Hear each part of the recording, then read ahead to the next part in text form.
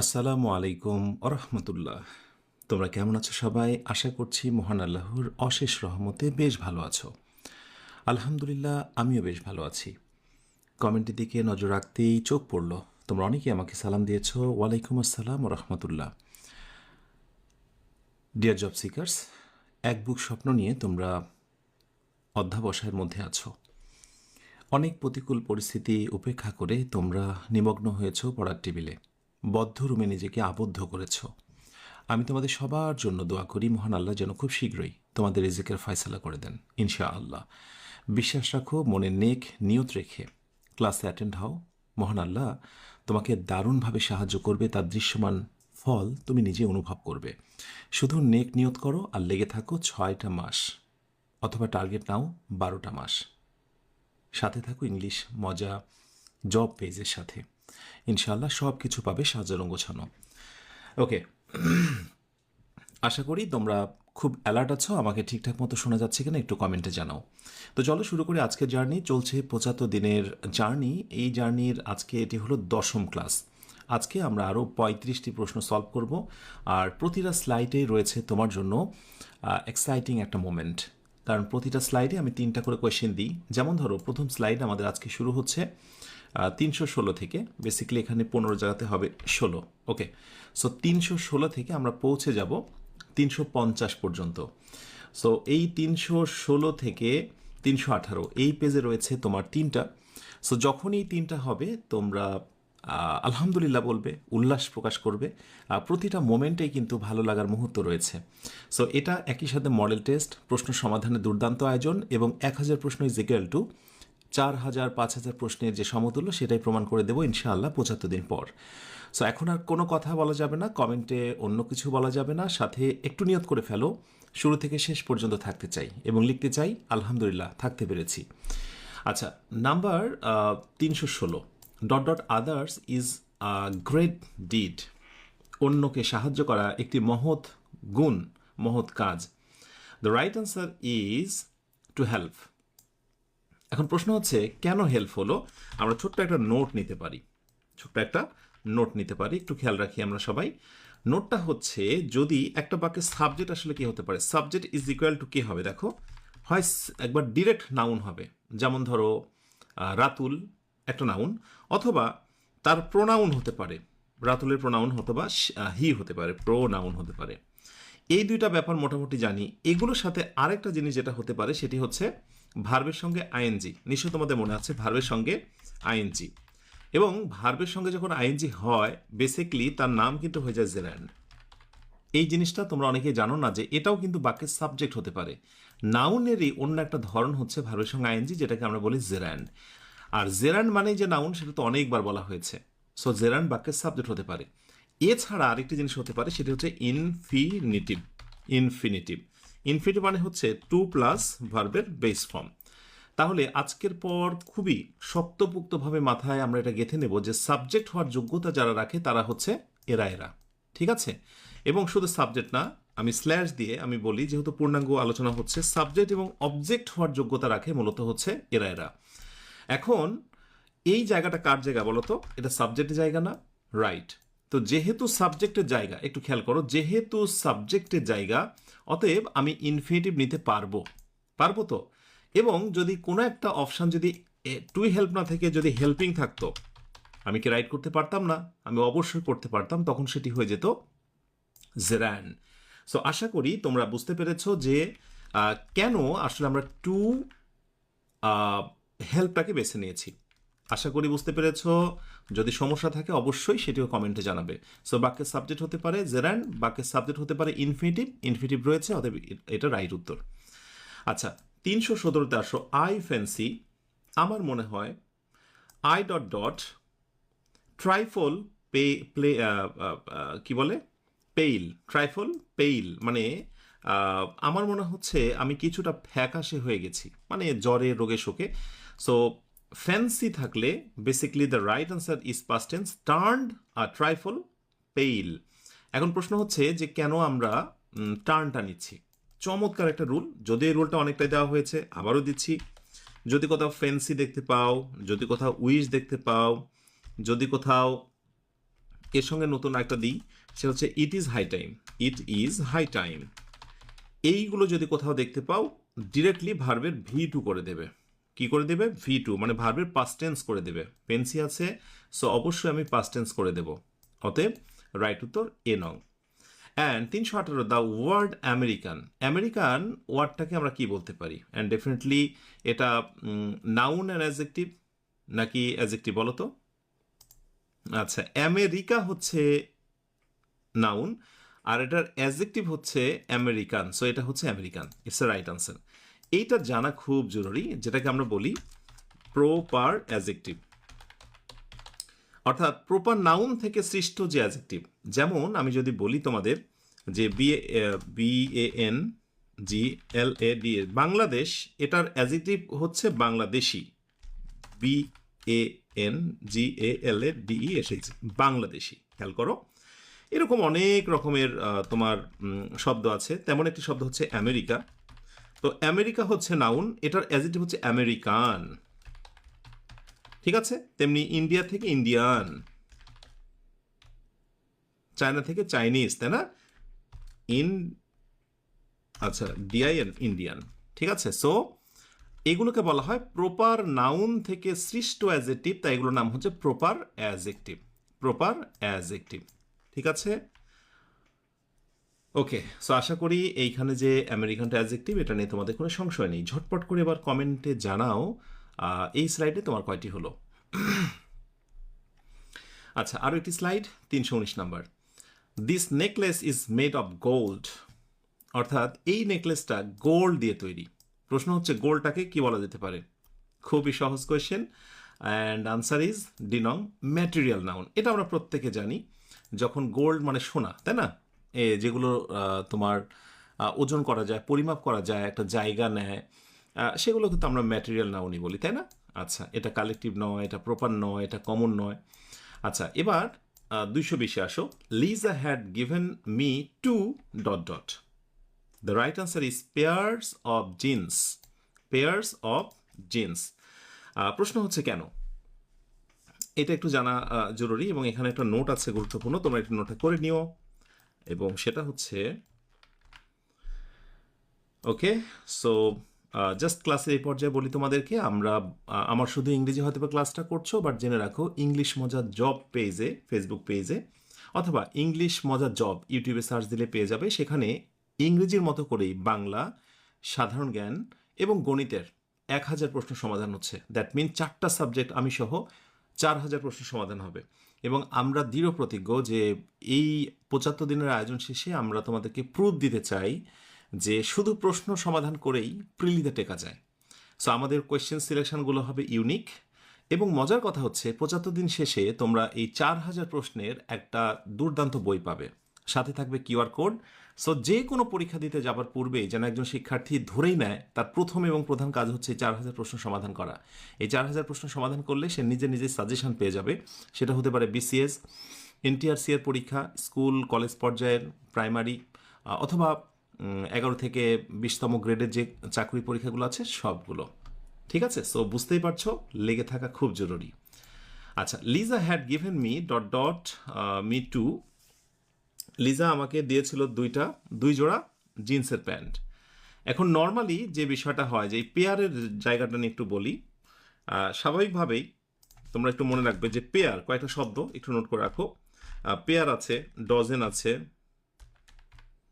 হ্যাঁ ডজেন আছে, তারপরে হচ্ছে হান্ড্রেড আছে, এর সঙ্গে থাউজেন্ড আছে, THOUSAND, থাউজেন্ড আছে। এইগুলোর পূর্বে সাধারণত গণনা অর্থে, হ্যাঁ গণনা অর্থে, মানে 1 ডজন 2 ডজন, হ্যাঁ এই গণনা অর্থে আমরা যতই এখানে 1 2 3 4 এগুলো লাগাই না কেন, ইজ ইকুয়াল টু, এদের সাথে কখনোই যেটা হবে না সেটা হচ্ছে এস বা ইএস করে, মানে প্লুরাল হবে না। সো শর্টকাটে আমি লিখে দিব যে নো প্লুরাল। নর্মালি গণনার ক্ষেত্রে যে 1 জোড়া 2 জোড়া 3 জোড়া, কিন্তু যখনই এই জিনিসটার প্যাটার্ন একটু চেঞ্জ হয়ে যায়, একটু তোমরা খেয়াল করো। যখনই ধরো কথার কথা এখানে আমি বললাম যে 2, হ্যাঁ, টু যখনই দিয়ে ফেললাম তখনই কিন্তু, উদাহরণস্বরূপ ওটা দিয়ে রাখি, তখনই কিন্তু প্লুরালটা হয়ে যাবে। অর্থাৎ তখন two pairs, two dozens, two hundred, হ্যাঁ, যখনই আমি টু দিচ্ছি এবং এটা সংখ্যা না, ডট ডট এই জায়গাটায় সামথিং কিছু একটা বসবে, সেই কি, এরপর সাধারণত অফ থাকবে, অফ দিয়ে কিছু একটা, এই সূত্রটা তোমরা একটু খেয়াল করো, তাহলেই ব্যাপারটা বুঝতে পারবে। যেমন এই এক্সাম্পলটা দেখো, পেয়ার অফ জিন্স, এই যে টু, আমি এখান থেকে টু নিলাম, এবার পেয়ারটা পেয়ার হবে না, পেয়ার্স হবে। কারণ প্লুরাল হবে আমি বলেছি। এবং কেন হবে? কারণ এই পেয়ারের পরে দেখো অফ আছে, এই অফটা আছে। সো এই সূত্রটা মনে রেখো, আশা করি অনেক কাজে দেবে। ঠিক আছে?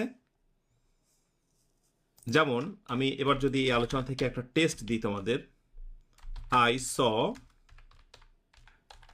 100, ধরো বললাম যে 300 অফ স্টুডেন্ট, এই একটা বাক্য দিলাম, আর একটা বাক্য দিলাম 300 স্টুডেন্ট, 300 স্টুডেন্ট entered.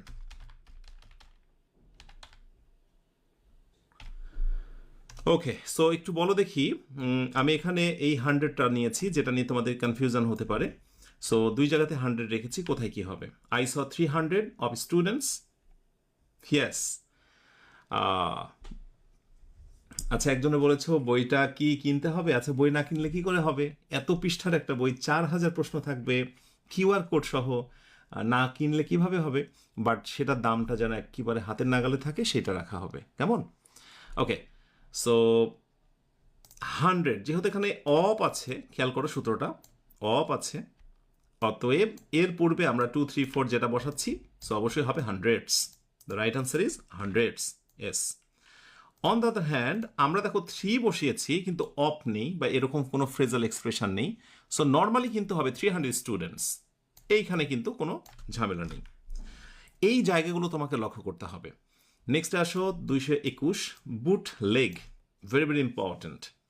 একসময় অতীতে ডাকাতরা, চোররা তাদের বুটের ভেতরে তোমার দামি দামি জিনিসপাতিগুলো রেখে দিত, এই বুট লেগ, সেই জন্য কিন্তু বেসিক্যালি এটা হয়েছে বুট লেগ। হ্যাঁ, তো বুট লেগ মানে হচ্ছে স্মাগল। হ্যাঁ, এই চোরা কারবারিদের ক্ষেত্রে এই বুট লেগটি বোঝানো হয়। এই ইডিয়মটা ভেরি ভেরি ইম্পর্টেন্ট, খুব খুব ইম্পর্টেন্ট।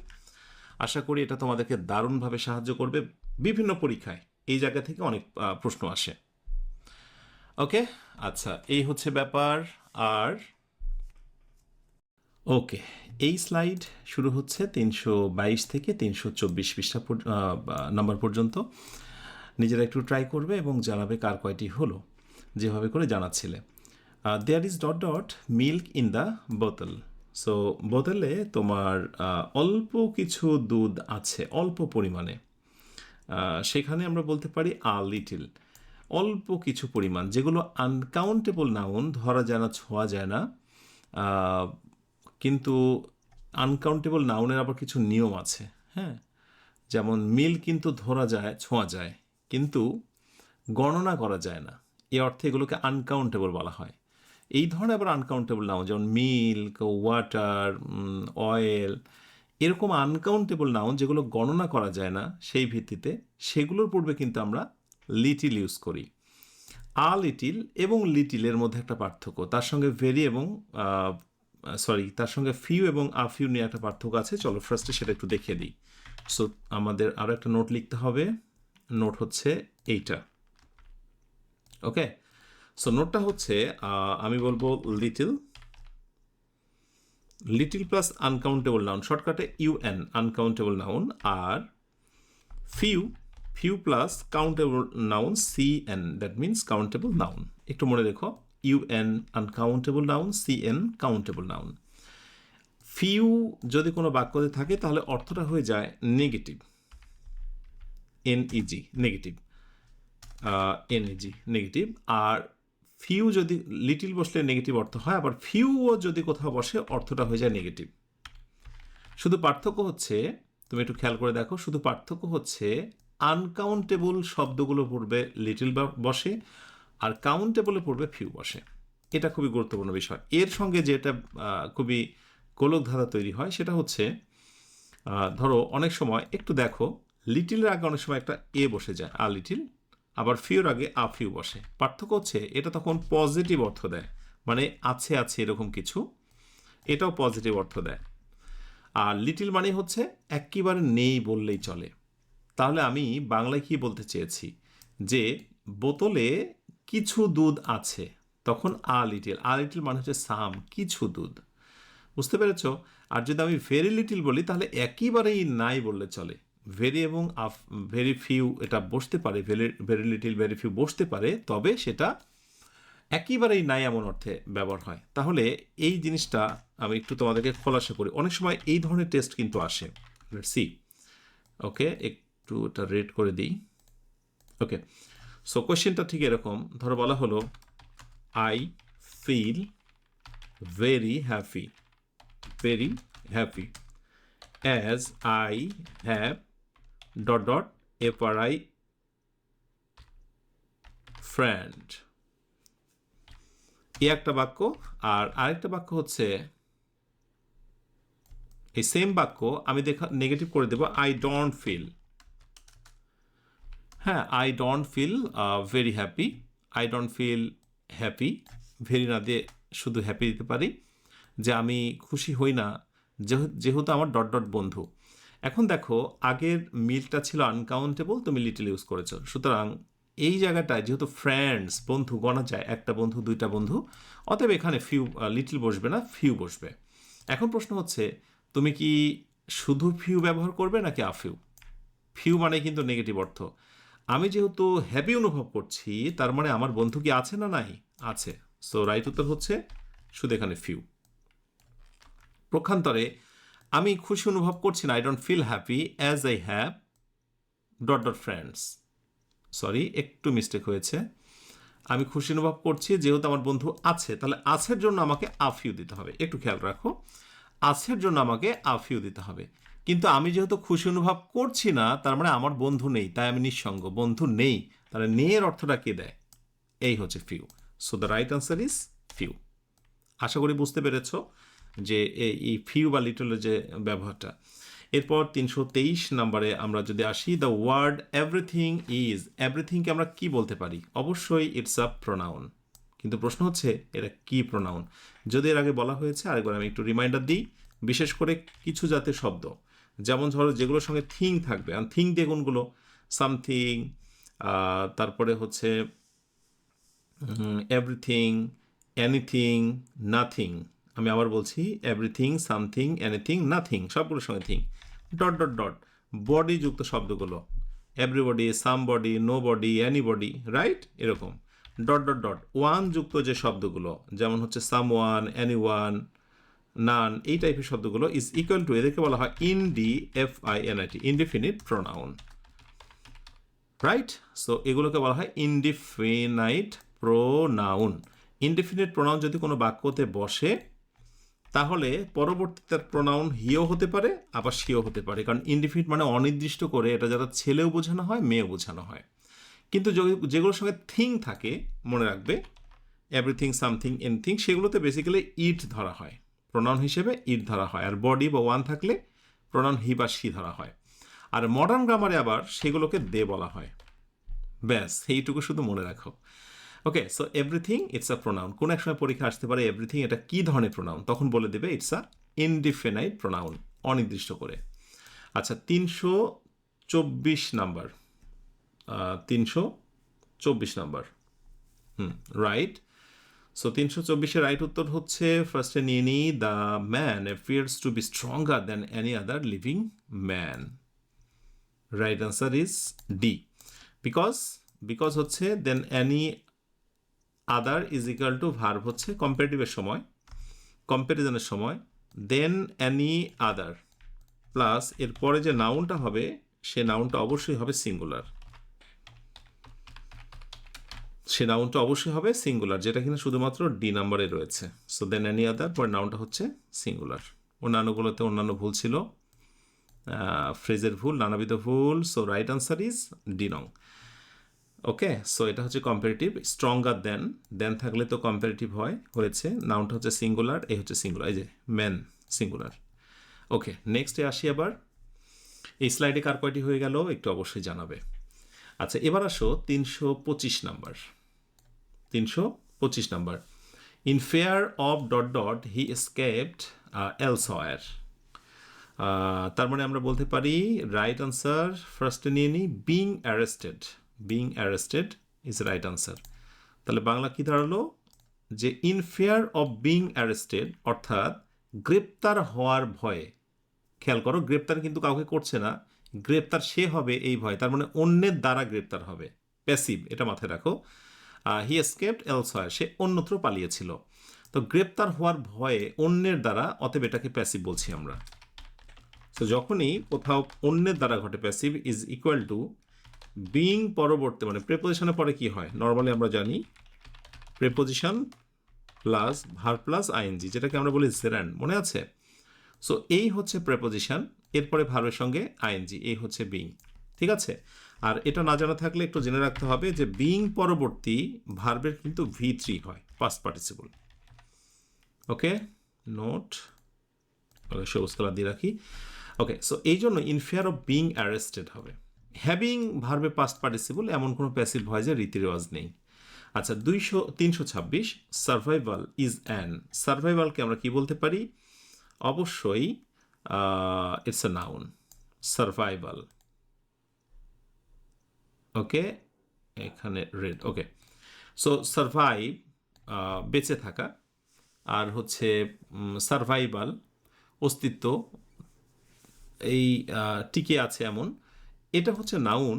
তার কারণ হচ্ছে কিছু ভার্বের সঙ্গে যখনই এ এল যুক্ত হয়, এর আগেও দিয়েছিলাম, একবার রিমাইন্ডার দিই তোমাদের, ভার্বের সঙ্গে যখন এ এল যুক্ত হয় সেটা নাউন হয়ে যায়। এবং এটার সংখ্যা অনেক। ইংরেজিতে এরকম যে শব্দগুলো ভার্ব, যেমন ধরো তোমাদের জানাশোনা শব্দগুলি প্রপোজ, পিআরও পিওএসি, প্রপোজ।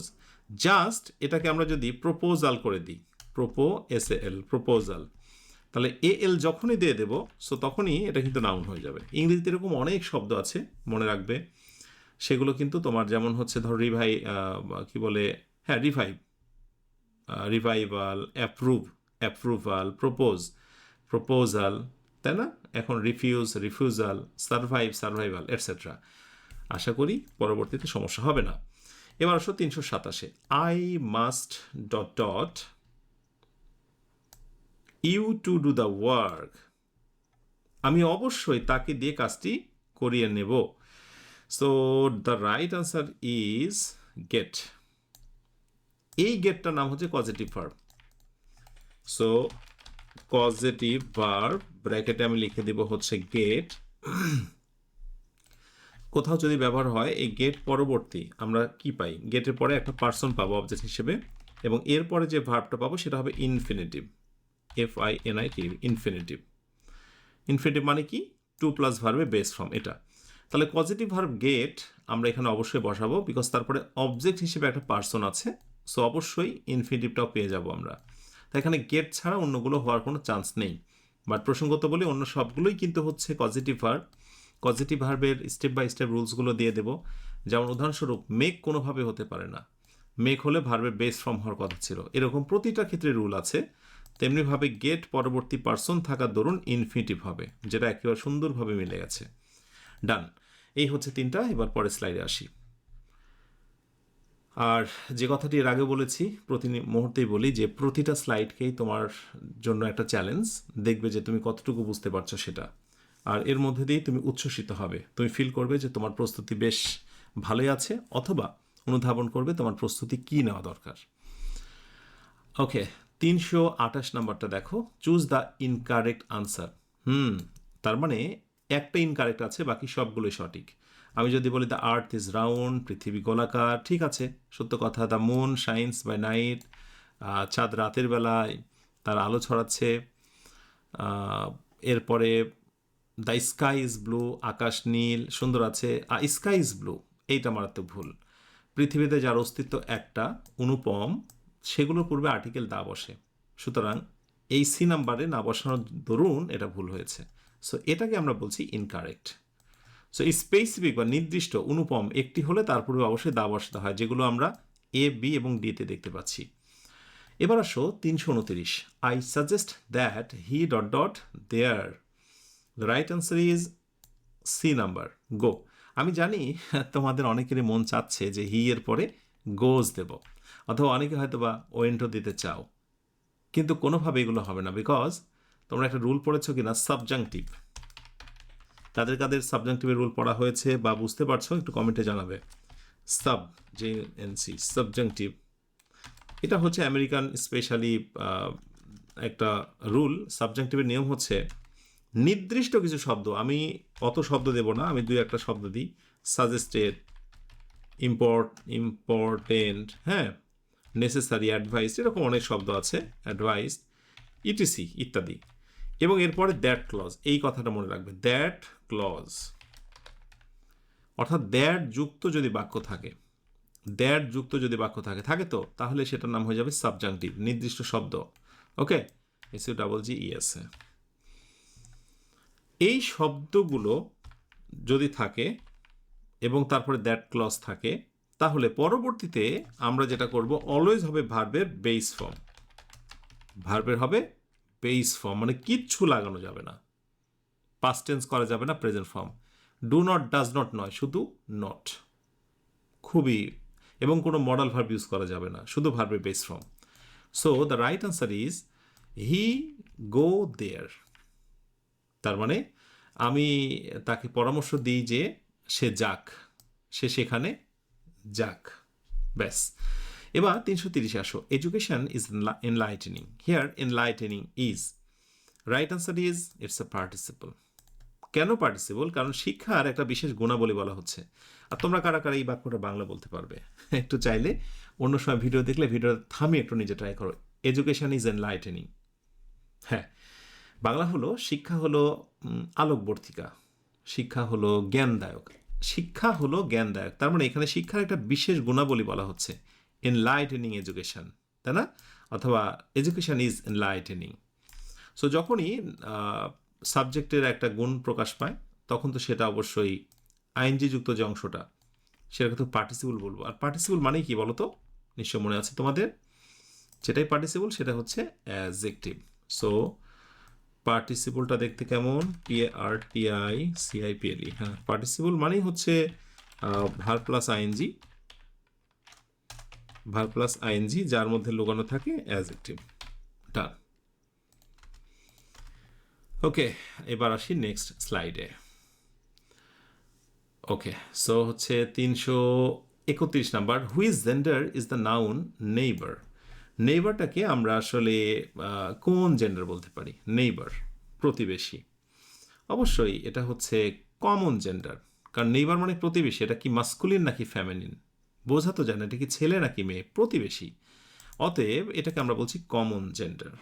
ওকে, সেরকম friend, student, teacher, doctor, enemy, etcetera সবই হচ্ছে common.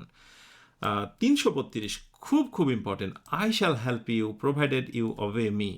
Here the underline word is provided. Feel করো, প্রোভাইডেড তুলে দিয়ে তুমি ওখানে কি দিতে পারতে? আমি তোমাকে সাহায্য করব যদি তুমি আমাকে মানো। তার মানে প্রোভাইডেড তুলে দিয়ে তদস্থলে আমি ইফ দিতে পারি। এই ইফ বা প্রোভাইডেড হচ্ছে conjunction. But is the any rule? আছে কোনো রুল? আছে, রুল আছে। সে রুলটা হলো যে যদি কোথাও আমরা প্রোভাইডেড দেখতে পাই, তাহলে বেসিক্যালি আসলে মূল শব্দটা হচ্ছে প্রোভাইডেড নয়, এটা হচ্ছে প্রোভাইডেড দ্যাট। এটা হাইট থাকে, প্রোভাইডেড দ্যাট হচ্ছে মূল শব্দ। তো দ্যাট থাকলে তো সবাই বুঝতে পারবে সেটা কনজাংশন, কিন্তু দেওয়া থাকে না, এটি হচ্ছে বড় ব্যথার কারণ। সো প্রোভাইডেড অথবা প্রোভাইডেড দ্যাট একই বিষয়, এটা বেসিক্যালি কাজ করে ইপের মতো। ঝামেলা শেষ।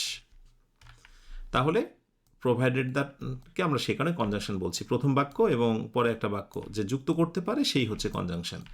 333 prefix miss can be added to, অর্থাৎ মিস কোন শব্দের সাথে অ্যাজ প্রিফিক্স, মানে পূর্বে বসলে তো প্রিফিক্স মনে আছে, শব্দের পূর্বে বসলে প্রিফিক্স আর শেষে বসলে সাফিক্স।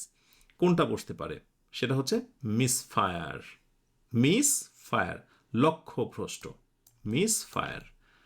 দেখো miss plus fire is equal to Bangla লিখে রাখো লক্ষ্যভ্রষ্ট। ঠিক আছে, অন্যান্যগুলোতে আমরা হয়তো বিফুল ইউজ করতে পারি। তারপরে হচ্ছে হচ্ছে আহ, অন্যগুলোতে সাধারণত প্রিফিক্স বসে না, এখানে একটাই দেখতে পাচ্ছি, একটা হচ্ছে ডিজবে আর বিফুল, পার্সোনাল হয় না এরকম, এটার পূর্বে বসে আর কি। আরেকটি হচ্ছে মিসফায়ার, লক্ষ্যভ্রষ্ট। ব্যাস, এই হচ্ছে এই স্লাইডের ঘটনা। এবার আসি পরের স্লাইডে। আর প্রতি মুহূর্তেই কিন্তু যোগফলটা জানাতে থাকবে, কেমন? ওকে, 334 থেকে 336। এই স্লাইডটা খুব সহজ। Just now, recently, already, lately, এই বৈশিষ্ট্য থাকলে প্রেজেন্ট পারফেক্ট টেন্স। রাইট উত্তর হ্যাজ হ্যাড, অর্থাৎ শি না, just now he has had his dinner, এইমাত্র সে তার ডিনারটা, রাতের খাবারটা শেষ করেছে। বাট হি সেজ, কিন্তু সে বলে he will see you when he has finished, কিন্তু তবুও সে বলে যে তোমার সঙ্গে দেখা করব যখন আমার সব কিছু শেষ হবে, খাওয়া শেষ হবে। সো জাস্ট নাও থাকলে সেটাকে আমরা বলবো কি? আমার সাথে সাথে রিপিট করো, just now, recently, lately, just now, recently, lately, just now, recently, lately, etc. এগুলো থাকলেই সেটা হয়ে যায় present perfect. Present PERFECT, perfect. এটা কে না জানে, তাই না? আচ্ছা, এবার 335 আসো, find out the correct sentence. নিচের কোন সেন্সটিকে রাইট বলতে পারি? রাইট উত্তরটা নিয়ে নাও। It has been raining for 4 days, 4 দিন ধরে বৃষ্টি হচ্ছে। যখনই আমরা কোনো বাক্যতে ধরে ব্যবহার করি সেখানে ফর ইউজ করি আমরা। এইটা হচ্ছে প্রেজেন্ট পারফেক্ট কন্টিনিউয়াস টেন্সের বৈশিষ্ট্য। আর সিন্স মানে নির্দিষ্ট একটা সময় থেকে, শুক্রবার থেকে, সোমবার থেকে। বাংলায় যখন বলবো থেকে, সিন্স। বাংলায় যখন বলবো ধরে বা যাবত, ফর। ব্যাস, আমরা সাধারণত 4 দিনের সাথে কি বলবো? 4 দিন থেকে না, বরং 4 দিন ধরে, তাই না? আর আমি বলতাম শুক্রবার থেকে বৃষ্টি হচ্ছে, তখন আমরা সিন্স ফ্রাইডে বলতাম। 336, আই নিড সাম বুকস। এটা হলো tag question. The right answer is, ফার্স্টে আমরা নিয়ে নিই, নিড যেহেতু হচ্ছে এই বাক্যতে প্রধান ভার, তাহলে অবশ্যই আমাদেরকে প্রেজেন্ট ইনডিফিনিট টেন্সে কল্পনা করতে হবে। তাহলে don't I. Need present tense, অবশ্যই প্রেজেন্ট টেন্সের অক্সিলারি ভার্ব ডু আসবে। আর বাক্যটা যেহেতু হ্যাঁ বোধক, তাই আমরা নট করলাম আর প্রোনাউন বসে গেল। এই সেম বাক্যটাই ধরো, আমাকে এটা দিতে হবে, টেস্টটা না দিলে তোমাদের কনফিউশনটা থাকবে, বিশেষ করে নিড নিয়ে যে কনফিউশনটা তৈরি হয়। ধরো আই নিড, এরকম একটা বাক্য দিলাম, I need give you some books. এইবার তোমরা কি আমাকে বলতে পারো এই বাক্যটা ট্যাগ কোয়েশ্চেন কি হবে?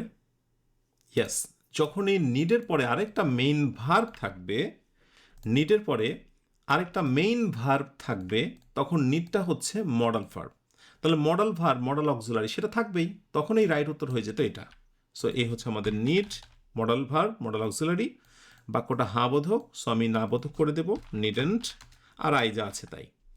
ঠিক একইভাবে আমি যদি আরেকটা এক্সাম্পল আমি এখানে রাখি তোমাদের জন্য, একেবারে ক্লিয়ার হয়ে যাবে। সেটা হচ্ছে আই নিড টু, ধরো এরকম দিলাম, I need to give you some books, বাকি ডট ডট। এর আগে আমি তোমাদেরকে আরেকটি কোয়েশ্চেন সলভ করার সময় এগুলো বলেছিলাম। এই জায়গার নিডের নাম কি? নিডের পর যখন ইনফিনিটিভ বসে, তখন নিডটা কিন্তু আবার মেইন ভার্ব হয়ে যায়। তার মানে এটা ঠিক প্রেজেন্ট টেন্সের মতোই হয়ে গেছে। অতএব নিড এখন main verb, present indefinite tense, এই জন্য সাহায্যকারী ভার্ব নেব আমি ডু। ওকে, সো যেহেতু হচ্ছে বাক্যটা হ্যাঁ বোধক, অতএব নেগেটিভ করে ফেলবো, ডোন্ট, আর এই হচ্ছে সাবজেক্ট। তাহলে মজার বিষয় না? কখনো কখনো কিভাবে বিভ্রান্তি করছে একটা ছোট্ট ট্যাগ কোয়েশ্চেনের মতো বিষয়। I need give you some books, needn't I, আর I need to give you some books, don't I. Okay, এরপর নেক্সট স্লাইড। ওকে, হতাশ হবে না। তোমাদেরকে বারবারই যেটা বলবো যে আমরা খুব আগ্রহ নিয়ে আমাদের ইংলিশ মজার জবের এই প্রশ্ন সমাধানের ক্লাসগুলো সলভ করছি। কেন জানো? কারণ আমাদের একটা স্বপ্ন আছে, আমাদের একটা টার্গেট আছে। সেই স্বপ্ন কি? যে এই আয়োজনটা শেষ হওয়ার পর ইনশাআল্লাহ বাংলাদেশের শিক্ষার্থীদেরকে দেখাতে পারবো যে 1000 প্রশ্ন যদি মনের মতো করে সলভ করা যায়, যে কোনো প্রিলি পরীক্ষা সেখান থেকে প্রশ্নগুলো কমন হতে পারে। এটা আমাদের স্বপ্ন, এটা আমাদের প্রত্যাশা। সুতরাং স্বপ্ন যদি খুবই ভিজিবল হয়, স্পষ্ট হয়, তার জন্য পরিশ্রম করতে না একটু কষ্ট লাগে না। এই জন্যই দেখো আমি আলহামদুলিল্লাহ কতটা স্বতঃস্ফূর্তভাবে শুরু থেকে শেষ পর্যন্ত ক্লাসগুলো নিতে পারি। ঠিক একইভাবে আমি তোমাদেরকে বলবো, যারা তোমরা আমার সঙ্গে লেগে আছো, মাঝে মাঝে মনোবল হারাও। এই হারানোর কারণ হলো তুমি তোমার স্বপ্নকে ভালোভাবে বুঝতে পারো না, দেখতে পাও না, তার দৃশ্যমান রূপ পাও না। যে আমি যদি এই কয়টা ক্লাস শেষ করি এরপরে আমি কোথায় যাব, প্রিলিতে টেকার পর ভাইবা ফেস করে চাকরি হবে, তারপরে আমাকে নিয়ে যে মানুষগুলো তুচ্ছ তাচ্ছিল্য করছিল তাদেরকে আমি একটা কড়া জবাব দিতে পারবো আমার অবস্থান দিয়ে, মুখ দিয়ে নয়। প্রিয় শিক্ষার্থীদের সাথে একটা নসিহা করব, কোনো দিন কোনো মানুষকে জীবনে উইন করার পর, ভালো কিছু করার পর তাকে মুখ দিয়ে প্রতিশোধের বার্তা দেবে বা বলবে, এটা কখনো তুমি করবে না। হয় না যে আমি একবার চান্স পেয়ে যাই, আমি একবার চাকরি পেয়ে যাই, তোকে আমি উচিত জবাব দেব। নো, এই কাজটি কখনোই করবে না, করবে না। তোমার কাজ, তোমার বর্তমান পজিশনই তাকে জবাব দিয়ে দেবে। এটাই নিয়ম। সো তুমি যদি এটা নিয়ত করে থাকো যে আমার অবস্থান পাল্টাক, আমি তাকে উপযুক্ত মৌখিক জবাব দেব, এটা বললে কিন্তু তোমার নিয়তে ভেজাল থেকে গেল। এমন ভেজাল নিয়ত নিয়ে লক্ষ্যে পৌঁছানো অনেক বেশি কঠিন। তোমার উদ্দেশ্য হচ্ছে আমি আমার কর্ম করব, আমার অবস্থান দেখে যারা আমাকে তির্যক মন্তব্য করেছিল তারাই ব্যথা পাবে। বুঝতে পেরেছ? ভাবনা আর চিন্তার মধ্যেই কিন্তু একটা কাজের সফলতা ডিপেন্ড করে। এনিওয়ে, এই স্লাইডে আমরা আরও 3টি কোয়েশ্চেন দেখব। Hardly dot dot I enter into room, অর্থাৎ আমি রুমে প্রবেশ করা মাত্রই ফোন র্যাং, ফোনটা বেজে উঠেছিল। The right answer had before. এখানে হার্ডলির সঙ্গে হ্যাড বসে, আর এই হার্ডলি হ্যাড বসলে দ্বিতীয় ক্লজটা যুক্ত হয় বিফোর দিয়ে। দুইটা হতে পারে, বিফোর অথবা হচ্ছে তোমার হোয়েনও হয়। সেক্ষেত্রে আমি দিয়েছি, যদিও তোমাদের মনে আছে কিনা একটু দেখি। হার্ডলি হ্যাড, তারপরে হচ্ছে স্কেয়ার্সলি হ্যাড, তারপরে নো সুনার হ্যাড, ওই 3টা রুলটাই। ওকে, সো এখানে আমি এটাকেও করি একটু। ঠিক আছে, সো হার্ডলির সাথে আমরা যেটা বসাচ্ছি, হার্ডলি ধরো হ্যাড, দ্বিতীয় যে বাক্যটা যুক্ত হবে সেটা বিফোরও ইউজ হতে পারে, আবার হোয়েনও হতে পারে। তো আমরা অন্যান্যগুলোতে হোয়েন পেয়েছি। আচ্ছা, এটা ভুল হয়েছে, অন্যান্যগুলোতে হোয়েন পেয়েছি, কিন্তু সমস্যা হলো যে আগেরটায় হ্যাড নাই, তাই আমরা নিতে পারিনি। বুঝতে পেরেছ? সেই জায়গা থেকে বেস্ট আনসার হচ্ছে বি নাম্বারটা। ওকে, আর 338, if I dot dot you I would not have done this, আমি যদি তোমার অবস্থানে থাকতাম আমি এটা করতাম না। So if I are you, আমি যদি তুমি হতাম। নিশ্চয় মনে আছে কল্পনামূলক যে বাক্যগুলো সেগুলোতে যে কোনো সাবজেক্টের পর ইমা জিনেটিভ টাস্ক, ইমাজিনেটিভ টাস্ক, কল্পনামূলক কোনো কাজ, এরপরে যে সাবজেক্টই হোক, হি হোক, শি হোক, এনি সাবজেক্ট প্লাস ভার্ব হয়ে যাবে বি ভার্বের জায়গাতে সর্বদা ওয়ার। কল্পনামূলক বাক্য এগুলো। So if I were you, অনেকে প্রশ্ন আসতে পারে আয়ের পরে তো ওয়াজ বসে, তাই তো শিখেছিলাম। হ্যাঁ অবশ্যই, I was happy, I was a doctor, কিন্তু যখন ইপের সাথে বসবে তখন হয়ে যাবে ওয়ার। তাই শর্টকাটে আমি যেটাকে বলি যে এত ঝামেলা না করে সর্বদাই যেটা দেখতে পাবে ইফ প্লাস আই ওয়ার। অবশ্য ইফ হিও থাকতে পারে, তবে বেশিরভাগ ক্ষেত্রে এটাই হয়। সো সর্বদাই ইফ যুক্ত বাক্যগুলোতে আমরা কি বসাবো? ওয়ার বসাবো। ক্লিয়ার? ব্যাস। এবার আসো 339, উই স দ্যাম। ওরে বাপরে, রাইট আনসারটা করে দেওয়া আছে, মানে আমার মিস্টেক হয়েছে। আচ্ছা, anyway the right answer is going. We saw them dot dot to university. Okay, আমরা তাদেরকে কোথায় যেতে দেখেছিলাম? ইউনিভার্সিটি যেতে দেখেছিলাম। এই রুলটা অনেকবার দেওয়া হয়েছে। আমি বলি যে যখন দুইটা ভার্ব থাকে, ফার্স্ট ভার্ব এবং পরবর্তী ভার্বের সাথে আমরা সাধারণত আইএনজি করি, অবজেক্ট পরবর্তী। হ্যাঁ, এই যে আইএনজিটা যে করি এটার নাম হচ্ছে পার্টিসিপল। পার্টিসিপল। সাথে একটা জিনিস মনে করি, তোমাদের এমনও আমি কিছু ভার্বের কথা বলেছিলাম যে দুইটা ভার্ব থাকলে শেষের ভার্বের আগে একটা টু দিতে হয় বা বেস ফর্ম করতে হয়। তোমাদের কি মনে আছে? একটু মনে করো, আমি আগের প্রশ্ন সমাধানে সেগুলো দিয়েছিলাম, আমি এখানে বারবার টানবো না। সো দুইটা ভার্ব থাকলে শেষে ভার্বের সঙ্গে আমরা সাধারণত আইএনজি করি এবং যেটাকে আমরা বলি পার্টিসিপল, যেটা কাজ করে অ্যাডজেক্টিভের মতো। কোনো এক সময় প্রশ্ন হতেই পারে যে we saw them going to university, going এর নাম কি পার্টিসিপল নাকি জেরান্ড? সেদিন যেন অবশ্যই তুমি পারো, ঠিক আছে? আচ্ছা, এরপরে এই স্লাইডে আমরা আসবো 40 থেকে, তাই তো? চুজ দ্য কারেক্ট সেন্টেন্স, সঠিক সেন্টেন্সটি বেছে বের করো। আচ্ছা, এখানে আমি 2 লাইনে দিয়ে দিই, তোমাদের জায়গা হবে কিছুটা। চুজ দ্য কারেক্ট সেন্টেন্স, সঠিক সেন্টেন্সটি বেছে বের করো। The right answer is the traffic is unmanageable in Dhaka. অর্থাৎ ঢাকা ট্রাফিকটা ম্যানেজ করা খুব কঠিন। নোটটা কি? নোটটা হচ্ছে যদি আমরা কোথাও আনকাউন্টেবল নাউনকে পেয়ে যাই, সো ইউএন, আনকাউন্টেবল নাউন, তার ভিতরে উল্লেখযোগ্য কিছু শব্দ যেগুলো বারবার প্রচুর ব্যবহার হয় দেখতেই পাবে। তার ভিতরে ট্রাফিক একটা, ইনফরমেশন একটা,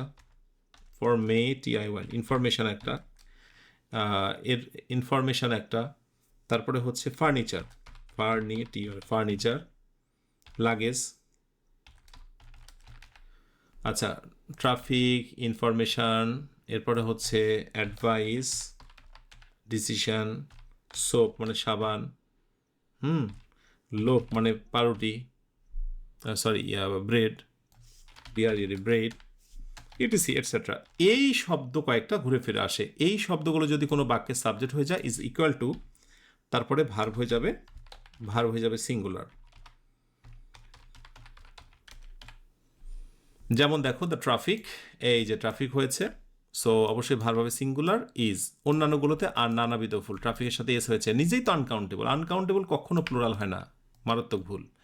সো আনকাউন্টেবল প্লুরাল হয় না, এখানে আবার আছে ভার্ব কিন্তু plural. Okay, 341 number, the word vital মানে হচ্ছে খুবই গুরুত্বপূর্ণ। So the right answer is, আমরা কি বলতে পারি, এই ভাইটালটা হচ্ছে অ্যান অ্যাডজেক্টিভ। ভাইটাল গুরুত্বপূর্ণ, ইম্পর্টেন্ট, এসেনশিয়াল, এরকমই শব্দ হচ্ছে একটি ভাইটাল। ওকে, এবার আসো 342, try as I might I couldn't turn the sky. Okay, বলা হচ্ছে এটা একটা ইডিয়ম, কিন্তু সর্বাত্মক চেষ্টা করা। ট্রাই অ্যাজ আই মাইট, এটা হচ্ছে একটা ইডিয়ম, যার বাংলা অর্থ হচ্ছে, দেখো আমি একটু লিখে দিই ফার্স্টে, ট্রাই অ্যাজ, এখানে সাম ওয়ান হবে, সামওয়ানে যাতে আই হতে পারে, ইউ হতে পারে, যে কোনো একটা হতে পারে। ট্রাই অ্যাজ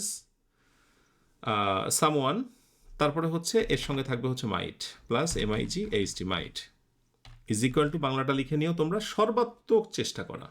এটা একটা ইডিয়ম, ঠিক আছে, ইডিয়ম একটা। তাহলে দেখো, ট্রাই অ্যাজ আই আছে, ট্রাই অ্যাজ সামওয়ান প্লাস দিয়ে রাখি, তাহলে পরবর্তীতে অবশ্যই যেটা বসবে সেটা হচ্ছে মাইট। ঠিক আছে, আশা করি বুঝতে পেরেছ। ওকে, তাহলে নেক্সট স্লাইডে যাই। এটার পর try as I might I could not turn the কি, তাই না?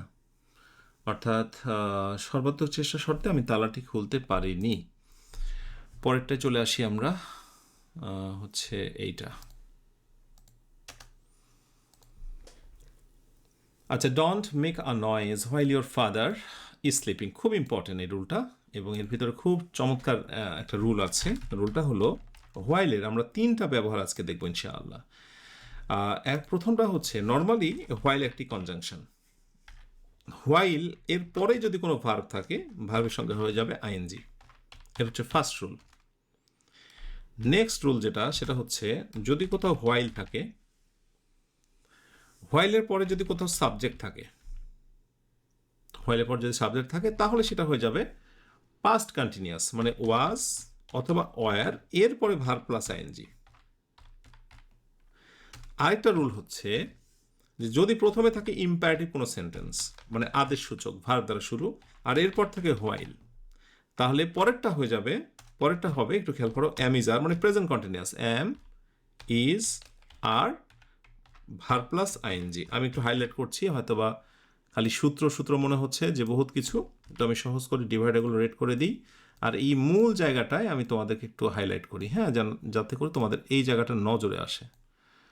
হইলে পরবর্তী অংশটা এই যে, হ্যাঁ, সাবজেক্ট, ব্যাস। এবার দেখো, হোয়াইল প্লাস ভার্বের সঙ্গে ING, while plus past continuous, আর ইম্পারেটিভ হলে while plus present continuous. Done হয়ে গেল। So don't make a noise, শব্দ করো না, এটা ইম্পারেটিভ।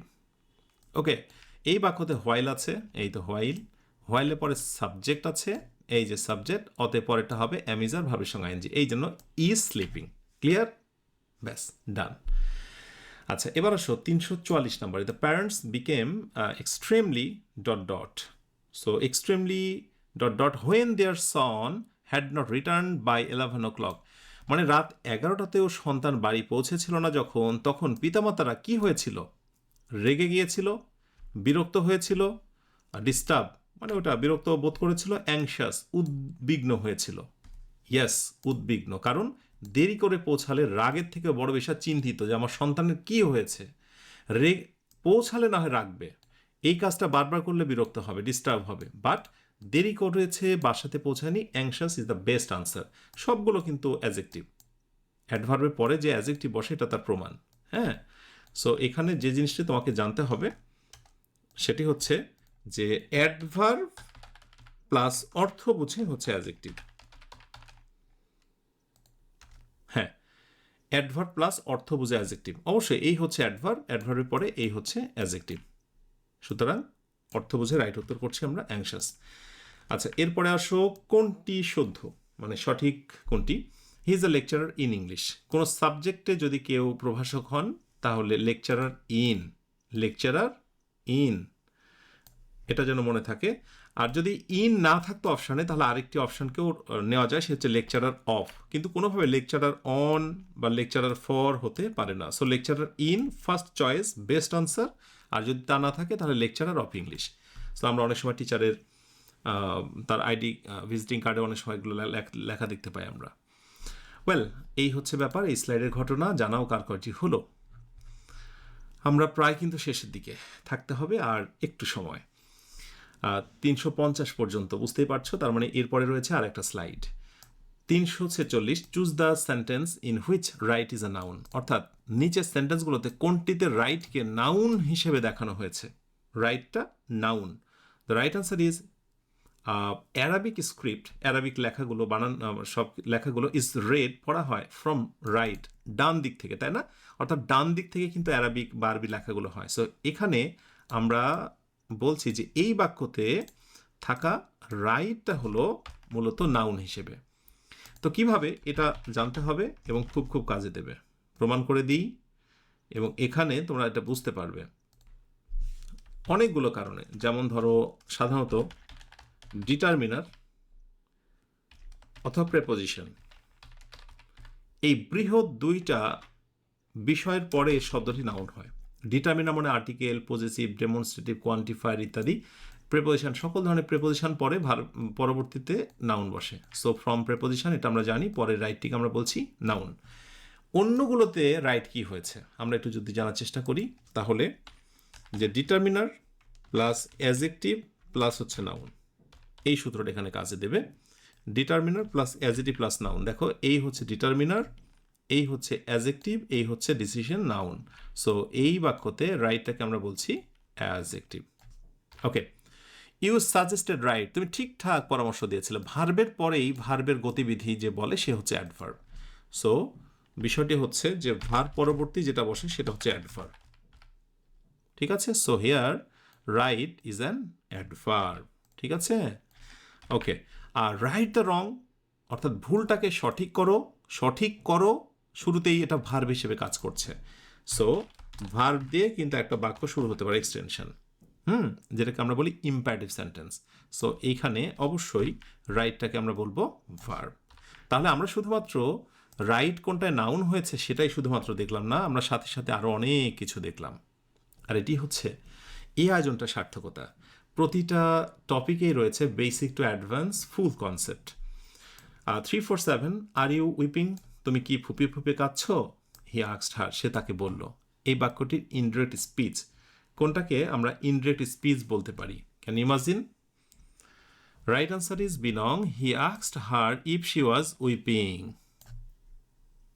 রেড করে দিই। ওকে, খুবই সিম্পল। হি আক্সড হার প্রশ্নবোধক, অক্সিলারি ভার্ব হলে ইফ বা হোয়েদার দিতে হয়, ইফ বা হোয়েদার। হ্যাঁ, অক্সিলারি ভার্ব হলে ইফ বা হোয়েদার, তারপরে ইউ সেকেন্ড পারসন, এই তো অবজেক্টকে ফলো করলো সি, আর এটা হচ্ছে প্রেজেন্ট কন্টিনিউয়াস, এই জন্য past continuous, she was whipping. That's all. Narration মোটামুটি আমার অনেক ক্লাস আছে, যদিও আমি পরে আরও ক্লাস নেব, সেখান থেকে দেখে আসলে মৌলিক জিনিসটা এমনি বুঝে যাবে। 348, choose the correct sentence answer. Dot dot 348, right answer. A small number of students were present. Small number, শিক্ষার্থীদের একটা ছোট অংশ উপস্থিত ছিলেন। তাহলে রাইট উত্তর আই স্মল কেন হলো?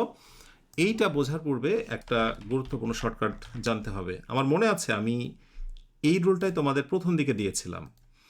কারা কারা মনে রাখতে পেরেছে একটু জানাও তো। যদি কোথাও এ নাম্বার ইউজ করো, স্মল সেটা অন্য ব্যাপার, কিন্তু মূল জিনিসটা হচ্ছে a number of is equal to বা প্লাস, এরপরে যে নাউনটা বসবে সে নাউনটা হয়ে যাবে প্লুরাল নাউন। আর নাম্বার অফ, এরপরে নাউনটা হবে প্লুরাল, ইজ ইকুয়াল টু ভার্বটাও হবে এখানে প্লুরাল,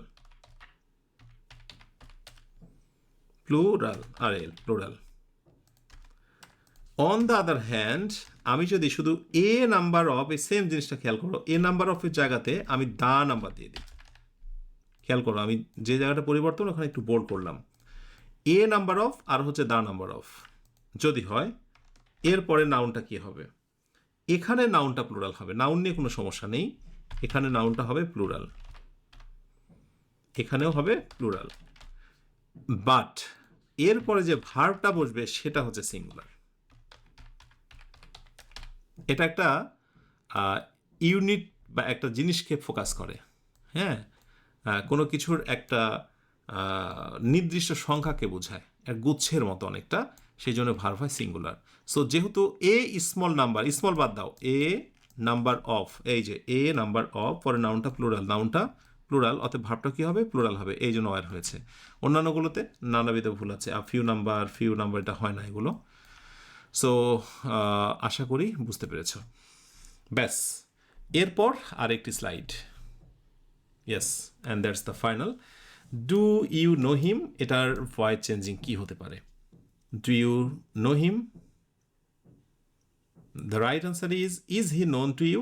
এটা কিন্তু ইন্টারোগেটিভ। হ্যাঁ, ডু ইউ নো, তো অক্সিলারি ভার্ব আসবে, এই যে অবজেক্টকে আমরা সাবজেক্ট করলাম, আর নো থাকলে আমরা জানি নোন হয়, নোনের সঙ্গে টু বসে। এইটা হচ্ছে গুরুত্বপূর্ণ বিষয়। দেখো সবগুলোতে কিন্তু ওই জায়গাতে একটা ঘাপলা পাকানো হয়েছে। হ্যাঁ, কারণ অনেকে মনে করে যে ভয়েস চেঞ্জিং অ্যাক্টিভ থেকে প্যাসিভ মানে ওখানে বাই লাগে, কিন্তু কোনো কোনো সময় যে ব্যতিক্রম হতে পারে সেটা হচ্ছে নোন টু। ওকে, আচ্ছা, এরপর হচ্ছে 350, find out the correct voice. Listen to me, আমার কথা শোনো। Right answer, you are told to listen to me. তো নর্মালি ভার্ব দ্বারা শুরু, কিন্তু শেষে ট্রানজিটিভ ভার্ব একটু অন্য রকম যদি হয়। সো নোটটা একটু করে নাও সবাই। আচ্ছা, নোটটা হচ্ছে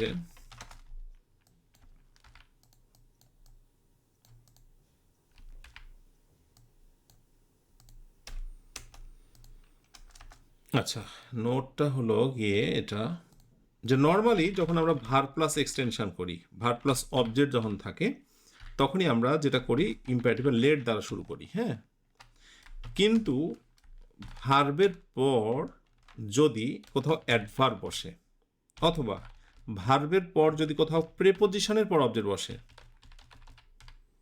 প্লাস অবজেক্ট বসে, এবং ওই বাক্যগুলো দ্বারা যদি বিশেষ করে আদেশ, উপদেশ, স্পেসিফিকভাবে কোনো বিষয়কে সাজেস্ট করে, তখন সেখানে you are requested to use করতে হয়। ইউ আর রিকোয়েস্টেড টু বা you are told, you are requested to, তারপরে ভার্ব থেকে বাকি অংশ। দেখো, জায়গাটা দেখো, তাহলে তোমরা বুঝতে পারবে। আমি দেখাচ্ছি এক্সাম্পল দিয়ে। ভার্বের পরে নর্মাল অবজেক্ট থাকলে লেট দ্বারা শুরু, যেটা আমরা সবাই জানি ইম্পারেটিভ সেন্টেন্স। কিন্তু ভার্বের পরে অ্যাডভার্ব বা ভার্বের পরে প্রেপোজিশন এবং অবজেক্ট যদি থাকে, তাহলে ইউ আর টোল্ড বা রিকোয়েস্টেড টু ভার্ব থেকে বাকি অংশ। সো চলো আমি একটু টেস্ট দিই তোমাদের। টেস্টের আনসার দিয়ে যদি পারো তাহলে হাসতে হাসতে আমরা আজকের আয়োজন থেকে বিদায় নেব ইনশাল্লাহ। ঠিক আছে? যেমন বলা হলো ধরো রিড দ্য বুক, এটা ভয়েস চেঞ্জ কি হবে? এবং আরেকটা টেস্টে বলা হচ্ছে রিড অ্যাটেন্টিভলি। যদিও রিডটা ট্রানজিটিভ ভার্ব, কিন্তু সামটাইমস যদি কোনোভাবে ইনট্রানজিটিভলি ইউজ হয়, মানে তারপরে অ্যাডভার্ব, তাহলে তার অর্থটা কি হবে? হ্যাঁ, তো রিড দ্য বুক নর্মালি আমরা যেটা করতে পারি, লেট, এরপর অবজেক্টকে নিয়ে আসবো, লেট দ্য বুক, এরপরে বি, তারপরে হচ্ছে রিড রেড রেড। ঠিক আছে, এটা মোটামুটি কিন্তু আমরা জানি। কিন্তু রিড অ্যাটেন্টিভলি দেখো এবার অ্যাডভার্ব দ্বারা শুরু, রাইট? সো ভার্বের পরে অ্যাডভার্ব এই টাইপের হলে যেটা হবে, ইউ আর রিকোয়েস্টেড টু বা ইউ আর টোল্ড, যাই বলো, কিউএসটি রিকোয়েস্টেড, কিউইএসটি রিকোয়েস্টেড টু রিড, তারপরে বাকি যা আছে তাই অ্যাটেন্টিভলি। ওকে, আশা করি ইম্পারেটিভ সেন্টেন্সের এই ভ্যারিয়েশনটা অবশ্যই তোমরা বুঝতে পেরেছো, পরিবর্তনের জায়গাটা। ইনশাআল্লাহ আমরা পরবর্তী দিনে আবারও নতুন প্রশ্নগুলো নিয়ে হাজির হব। যারা এতক্ষণ সাথে ছিলে তাদের প্রত্যেকের জন্য দোয়া করি। আর যারা নিয়ত করেছিলে শুরু থেকে শেষ পর্যন্ত থাকতে চাই, দেখতে চাই, সেই মুখগুলো কমেন্টে অবশ্যই নজর লিখো যে স্যার আলহামদুলিল্লাহ ছিলাম শুরু থেকে এখন পর্যন্ত। এভাবেই চলবে আমাদের 75 দিনের জার্নি। আজকে অলরেডি 10তম আয়োজন শেষ হলো, আর হয়তোবা আমরা 18-20টা ক্লাস পেয়ে যেতে পারি। সব মিলিয়ে আমরা 28-30টা ক্লাসের ভেতরে আমরা আমাদের আয়োজনটা শেষ করব। যদি থাকো সবগুলো ক্লাস জুড়ে, প্রতিটা ক্লাসে রাখো মনোযোগ শতভাগ, ইনশাআল্লাহ তুমি চাকরি পরীক্ষার জন্য নিজেকে প্রিপেয়ার করবে মাত্র 6 মাসের ভিতরেই। এটিই আমাদের বলা কথা, এটি আমাদের চ্যালেঞ্জ। তোমাদের সবার জন্য দোয়া এবং শুভকামনা রইল। যারা ক্লাস করো প্রতিনিয়ত, একটি হলেও প্রতিটা ক্লাসের নিচে কমেন্ট করে যাবে, কারণ দেখতে তো পাই না। তোমাদের কমেন্টগুলোই আমাকে প্রতিনিয়ত নতুন করে উজ্জীবিত হতে, তোমাদের চাহিদা বুঝে, তোমাদের চাওয়া বুঝে ক্লাসগুলো সাজাতে সাহায্য করে। কমেন্টের দিকে নজর রেখে শেষ করছি আজকের আয়োজনটি। তোমরা সবাই অনেক ভালো থেকো, যে ভালো শেষ নেই, সুখে থেকো, যে সুখের সীমানা নেই, এই অনন্ত শান্তির চিরন্তন প্রত্যাশায়। আল্লাহ হাফেজ। আসসালামু আলাইকুম রহমতুল্লাহ।